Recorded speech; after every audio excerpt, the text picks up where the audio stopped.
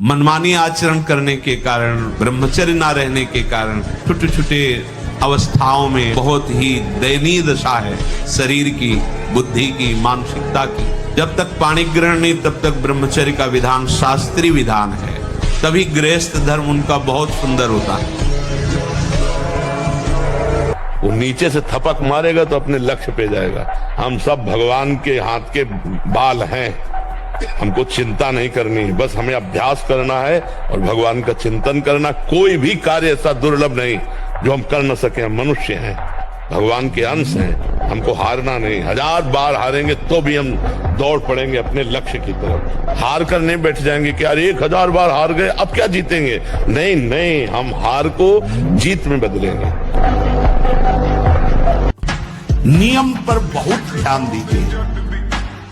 अगर नियम है 1:45 बजे उठने का, स्नान का, तो 1:45 बजे ही उठना चाहिए, 2 नहीं बजना चाहिए। ब्रह्मचर्य रक्षा के लिए पहला तो ये निश्चय करना होगा कि आपकी वीर में महत्व बुद्धि हो जाए। जिसे आप व्यर्थ समझ रहे हैं वो बहुत बड़ी जीवनी शक्ति है। चाहे जितना आप उसको निकालते रहिए, आपको सुख कभी नहीं मिलेगा, दुख बढ़ता चला जाएगा। यहाँ पे ऐसा कैसे मान लिया कि धन ही सफलता है?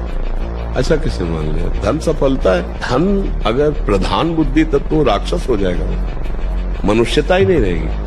पक्का जिसके लक्ष्य में केवल धन हो जाएगा वो आसुरी प्रवृत्ति वाला हो जाएगा। परिणाम में देख लेना, एक राक्षस उसके अंदर दिखाई देगा व्यक्तित्व में। वो चाहे जितना बाहर से समझदारी से करे, लेकिन उसकी राक्षसी प्रवृत्ति झलक जाएगी, वो एक असुर होगा। रोज का रोज समय नष्ट होता चला जा रहा है।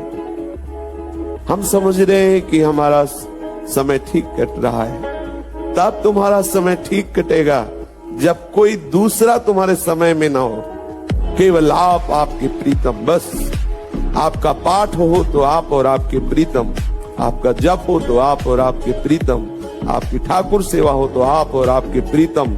फिर सेवा का रंग आएगा कि आप भी खो जाएंगे केवल प्रीतम। जिस समय आपके हृदय में कोई गंदी चेष्टा करने की भावना, उस समय कहाँ गया आपका विवेक, विचार, भगवत स्मरण कहाँ गया? क्या करने जा रहा हूँ, किससे कर रहा हूँ, कौन है जो मुझे प्रेरित कर रहा है? कहाँ है विवेक आपका, कहाँ है ज्ञान आपका, कहाँ है आपका सतमार्ग का वो दृढ़ संकल्प जो भगवत प्राप्ति के लिए, भगवत प्रेम के लिए, भगवत चिंतन के लिए आपने स्वीकार किया है?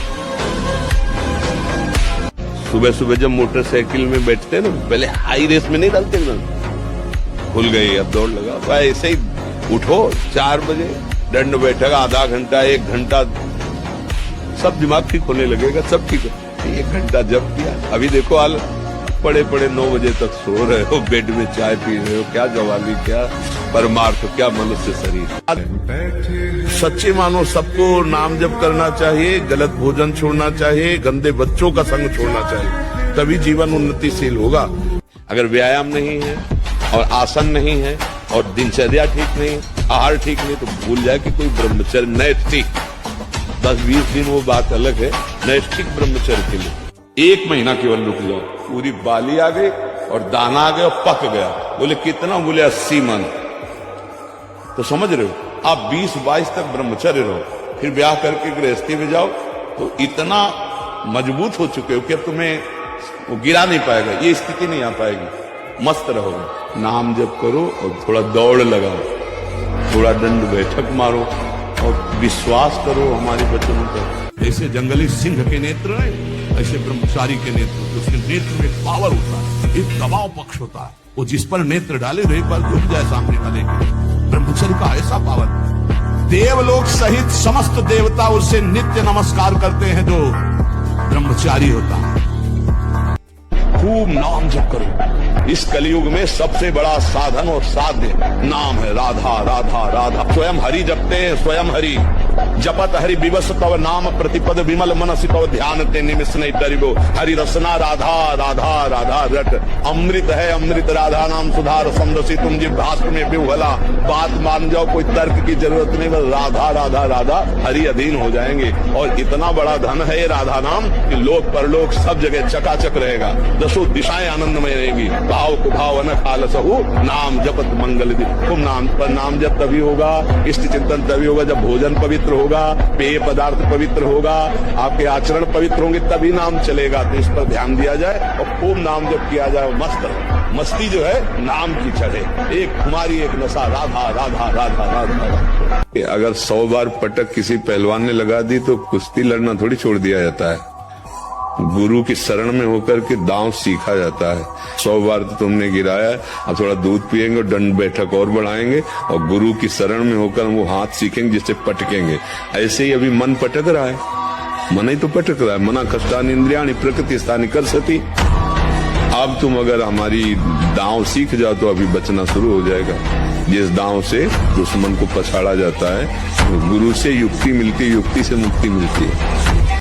छोटे बच्चों को या विद्यार्थियों को सबसे पहले ब्रह्मचर्य पर दृष्टि देनी चाहिए। सबसे पहले अगर ब्रह्मचर्य सुरक्षित है तो स्मृति, शरीर बल, सब बल जागृत हो जाएंगे। ब्रह्मचर्य पर अपने बच्चों को शिक्षा देनी चाहिए, बिल्कुल मित्रवत बैठाल कर। महाराज जी नेत्रों की चंचलता को रोक नहीं पा रहे, मिले पाए। आज की नई पीढ़ी बर्बाद हो रही देखे कि तो मोबाइल में गंदी गंदी बातें देख के कोई गंदे आचरण कर रहे। 12 वर्ष ब्रह्मचर्य आश्रम की पवित्र नियमावली के अंतर्गत फिर उनको ब्रह्म का उपदेश किया।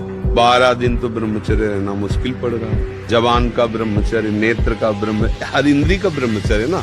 जवान जो कहती हो हम खा लेते हैं, वाणी जो चाहती हो हम बोल लेते हैं, नेत्र जो देखना चाहते हैं हम देख लेते हैं। फिर मन को एकाग्र किससे करोगे? क्योंकि इन्हीं 5 ज्ञान इंद्रियों के साथ तो ये गंदी बातें करता रहता है मन। और वही हम छूट दिए या पहले नींव संभालो। आजकल के नए बच्चे जो पढ़ रहे हैं या किसी परीक्षा के लिए तैयारी कर रहे हैं, इतना प्रयास कर लेते हैं तो सक्सेस मिलता नहीं है, फिर उसके बाद बहुत निराशा। हम ये कहते हैं प्रयास में सफलता है। हमारी बात हर विद्यार्थी अगर मान ले, हमें फिर इसका उत्तर दे। आप अपने ब्रह्मचर्य को छीण मत करना, आप कोई नशा मत करना जब तक विद्या अध्ययन कर रहे हो। ये बहुत बड़ी साधना है। अगर आप ग्रेजुएट ना हो जाए तो हमें बताना। लेकिन 13-13, 12-12 वर्ष के बच्चे कुसंग के कारण, मोबाइल के कुसंग के कारण गंदे गंदे क्रियाएं करने लगे, गंदे गंदे आचरण करने लगे। अभी फेल नहीं होंगे तो क्या हो? नहीं तो हमारी एक केवल बात समझ लें, ब्रह्मचर्य छीन होने मत देना और कोई नशा मत करना। फिर आपको देखो अपने आप ब्रह्मचर्य आपको पढ़ाई में न लगा दे तो बताना।